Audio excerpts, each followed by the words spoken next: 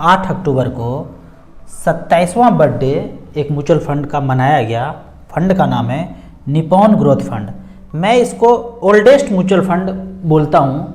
क्यों बोलता हूँ आगे एक्सप्लेन करूँगा। हालांकि इससे ज़्यादा पुराना SBI UTI म्यूचुअल फंड है, पर मैं इसको ओल्डेस्ट म्यूचुअल फंड बोलता हूँ। इसका रीज़न मैं बताता हूँ।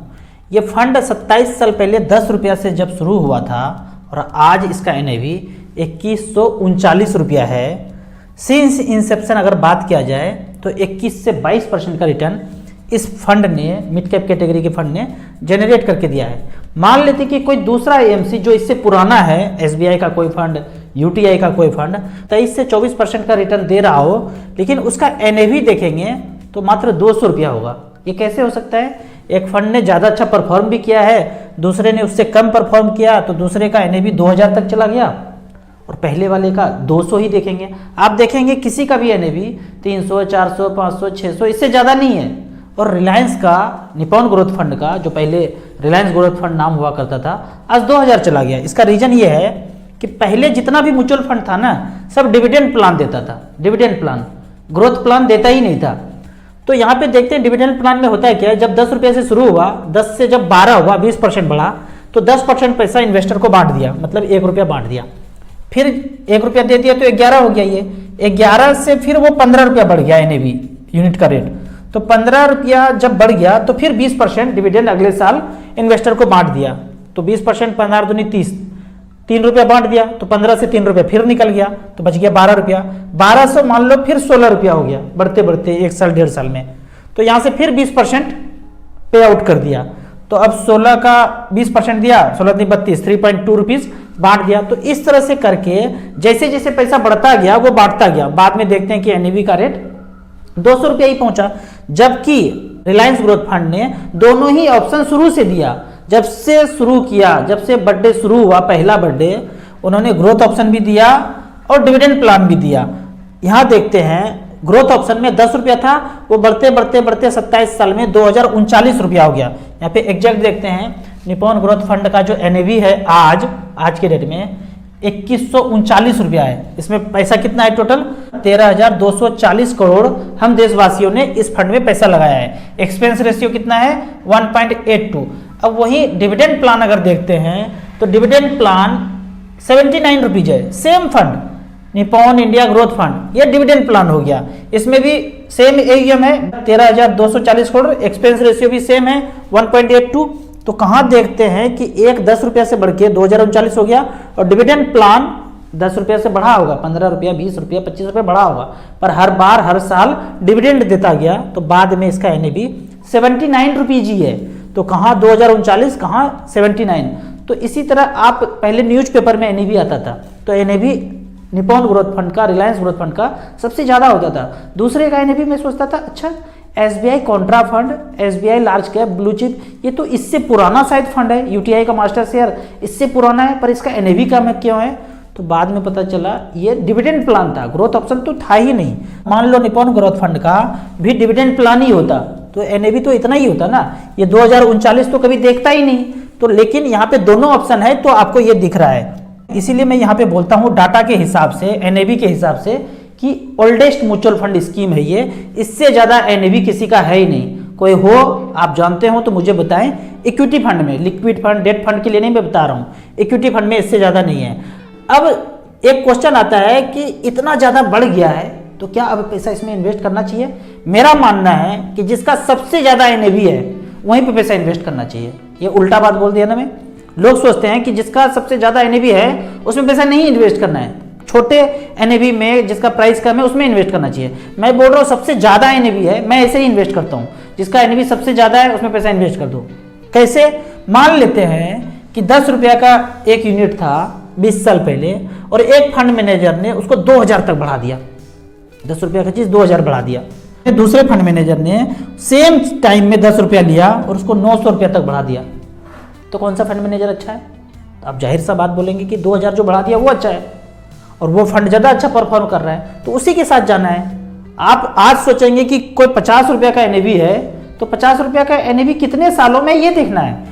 अगर वो 50 रुपये का NAV 15 साल लगा दिया और कोई 15 साल में 1,500 रुपये जा रहा है तो 1500 वाले पे जाना है, और दोनों ही इक्विटी प्लान है। तो ये नहीं सोचना है उखल में मुंडी दे दिए तो कितना चोट लगेगा, ये इसका डर नहीं, मिटा देना चाहिए।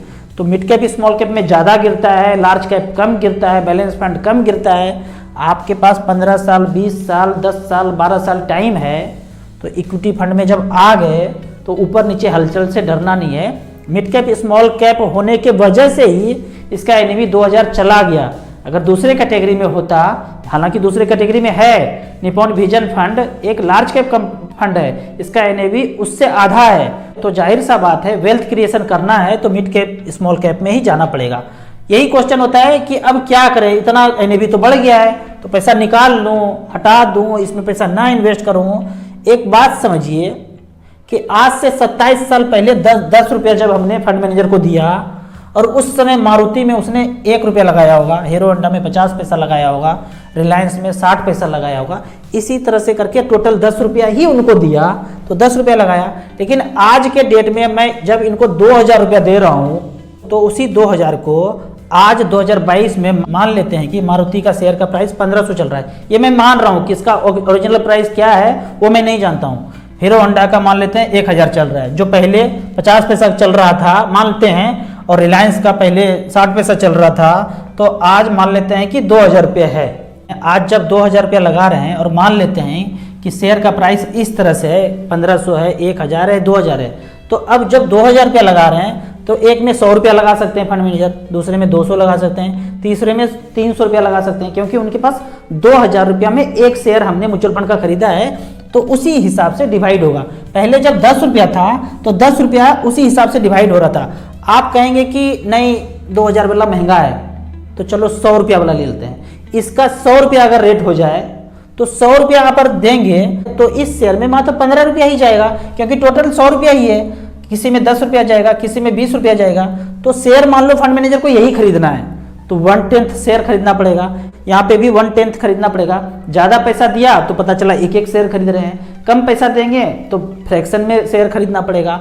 एक दूसरे उदाहरण से मैं समझाता हूँ कि ये बोलते हैं ना कि ज़्यादा एनएवी का कंसेप्ट आज क्लियर कर लीजिए। मान लीजिए कि एक रॉड है, लोहे का रॉड है, 1000 रुपये में मिलता है, तो आप कहेंगे कि नहीं 1000 तो बहुत महंगा है, थोड़ा सस्ता बताओ।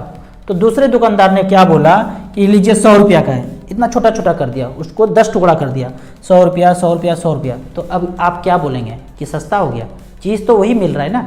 इतना बड़ा रॉड लेते 1000 का होता, 10 टुकड़ा कर दिया 100 रुपया का, तो सस्ता तो नहीं हुआ ना, उसी फ्रैक्शन में आपको चीज़ मिला। तो एनएवी ज़्यादा है, सस्ता है, महंगा है, ये नहीं सोचना है, परफॉर्मेंस को देखना है। यहाँ पे हम 27 ईयर्स का परफॉर्मेंस अगर देखते हैं निपॉन ग्रोथ फंड का, रिलायंस ग्रोथ फंड का, तो यहाँ पे देखते हैं 1000 रुपये पर मंथ डाला, तो पिछले 1 साल में, 3 साल में, 5 साल में, इसका क्या मतलब है? अभी से 1 साल पहले, अभी से 3 साल पहले, अभी से 5 साल पहले, अभी से 20 साल पहले, अभी से, अभी रेफरेंस टाइम आज है, आज से 1 साल पहले 1000 रुपया करके 12000 जमा किया, मात्र 9% के ब्याज से 12555 रुपया ही बढ़ा, 555 बढ़ा। 5 साल में अगर देखते हैं तो 60000 रुपया जमा हुआ एसआईपी के थ्रू, टोटल जमा हुआ 60000, वैल्यू बना 1,20% का रिटर्न मिल रहा है। 15 साल का अगर बात करते हैं इसी फंड में, एक्चुअल रिकॉर्ड है ये, लाइव रिकॉर्ड, कि 1,80,000 जमा किया, पैसा बना 6,49,000, 15% का रिटर्न। 20 साल का यदि बात करते हैं तो 2,40,000 जमा हुआ, 22,22,000 रुपया बनता है 19% के रेट से।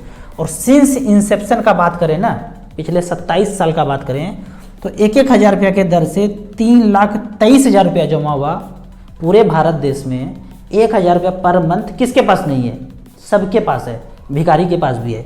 तो 3,23,000 रुपया जमा हुआ और 1,34,00,000 रुपया भी हो गया, तो वो भिखारी भी मिलियनर बन गया 22% के रेट से। अब दूसरा चार्ट देखते हैं कि 27वां बर्थडे चल रहा है यहाँ पे, 1995 से लेकर 2022 तक। एक एनएवी का रेट कितना है? 10 रुपया से शुरू हुआ था और आज 2173 रुपया है। एज ऑन 7 अक्टूबर 2022 का ये पे एनएवी दिखा रहे हैं 2173 रुपया। मार्केट तो देख ही रहे हैं, 1% ऊपर नीचे होता है, तो 2000 का 1% 20 रुपया ऊपर नीचे कब हो जाएगा आपको पता भी नहीं चलेगा। यहाँ पे देखते हैं वन टाइम इन्वेस्टमेंट है कि 1,000 रुपया 27 साल पहले लगाया था तो 2,17,000 रुपया है, मतलब 1,000 रुपया गलती से निपॉन ग्रोथ फंड में फेंक के आ गया होता तो वैल्यू है 2,17,000 रुपया, बढ़िया सा बुलेट खरीद सकते थे। 5,000 रुपया का वैल्यू है 10,86,000 रुपया, और 25,000 का प्लॉट यहाँ पे खरीद के छोड़े होते तो वो प्लॉट 54 लाख रुपया का है, और 50,000 का कॉर्नर वाला प्लॉट ना खरीद के यहाँ पे खरीदा होता तो 1,08,00,000 का है। चेक कीजिए, वो कॉर्नर वाला प्लॉट 1 करोड़ का है क्या? और यदि यहाँ पे 1 लाख रुपया इन्वेस्ट किया था 27 साल पहले तो 2,17,00,000 रुपया है।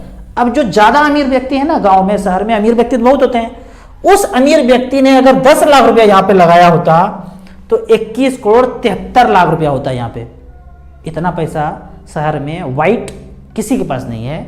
टैक्स फ्री अगर होता तो शुगर और बीपी का गोली नहीं चल रहा होता। अगर जिंदगी में गोली चल रहा है ना, इसका मतलब ब्लैक ब्लैक खेल रहे हैं, वाइट वाइट नहीं खेल रहे हैं। यहाँ पे खेलना है तो वाइट वाइट खेलना है। एक और रिकॉर्ड देखते हैं कि 1995 में, हैप्पी बर्थडे चल रहा है इसका, 10 रुपया से शुरू हुआ था एनएवी, 1 साल के बाद एनएवी गिर गया होगा ना, ऊपर नीचे तो होएगा ही, यहाँ मार्केट है। फिर 12 रुपया, 13 रुपया, 26 रुपया, 92 रुपया, देखिए 56 रुपया, 175, इस तरह से चलता गया 524 से गिर के लगभग 400 पे भी आया, गिर गया, हाहाकार मच गया। 1081 से गिर के यहाँ पे भी हाहाकार मच गया 2018 में। ऐसे चलता गया, आज 2022 में 2173 रुपया चल रहा है। अगले साल यहाँ पे पूछ रहे हैं, ये fund manager Nippon growth fund पूछ रहा है कितना एनएवी होगा अगले साल, तो वो देखेंगे जब अगले साल आएगा तो अगले साल देखेंगे कि इसका एनएवी क्या होगा। अगला स्लाइड देखते हैं, बेहतरीन स्लाइड, कि 100 रुपया पर मंथ अगर किसी ने किया होता सिंस इंसेप्शन, मात्र 100 रुपया पर मंथ, तो 32,300 जमा होता और 13,48,000 रुपया बना है मात्र 100 रुपया पर मंथ से। अब मैं आपको एक चीज बोलूंगा ना, आपको मजाक लगेगा। पिछले 10-12 साल से मेरा 100 रुपया पर मंथ का 8 SIP चल रहा है, और ये कैलकुलेशन मैंने 12-13 साल पहले किया था। क्या किया था वो बताता हूँ। 100 रुपया चल रहा है, मैं देखता भी नहीं हूँ उसको। मैं ये सोचा हूँ कि जब मैं ऊपर जाऊंगा ना, पोता पोती नाती नतनी को गिफ्ट कर दूंगा। कैसे? SIP के कैलकुलेटर में गए, 100 रुपया पर मंथ, ऐसा मैं सोच के रखा था 10-12 साल पहले कि मैं 40 साल जिंदा रहूंगा, और तो 40 साल तक ये SIP अकाउंट से कटते रहेगा मेरे ICICI बैंक से, अभी भी कट रहा है। अगर ये 19% का दे दिया रिटर्न, अगर यहाँ पे अगर लगा हुआ है, अगर दे दिया तो 48,000 टोटल जमा होगा, और उस 100 रुपया का वैल्यू पर मंथ का वैल्यू 1,20,72,000 रुपया होगा। टोटल जमा किया 48,000 एक बार में नहीं, 100 रुपया पर मंथ। तो जब ऊपर जाऊंगा ना तो 8 बच्चे को, पोता पोती नाते नतनी को 1,20,00,000 गिफ्ट कर दूंगा। अगर 19% का रिटर्न मिला तो आप कहेंगे कि 19 नहीं मिलेगा, अच्छा 16 मिलेगा, तब 43 लाख रुपया सबको बांट जाएगा। जो भी होगा वो bank, post office, plot, flat से ज़्यादा ही होगा। आप नहीं समझेंगे तो समझने का कोशिश कीजिए, कैलकुलेट कीजिए।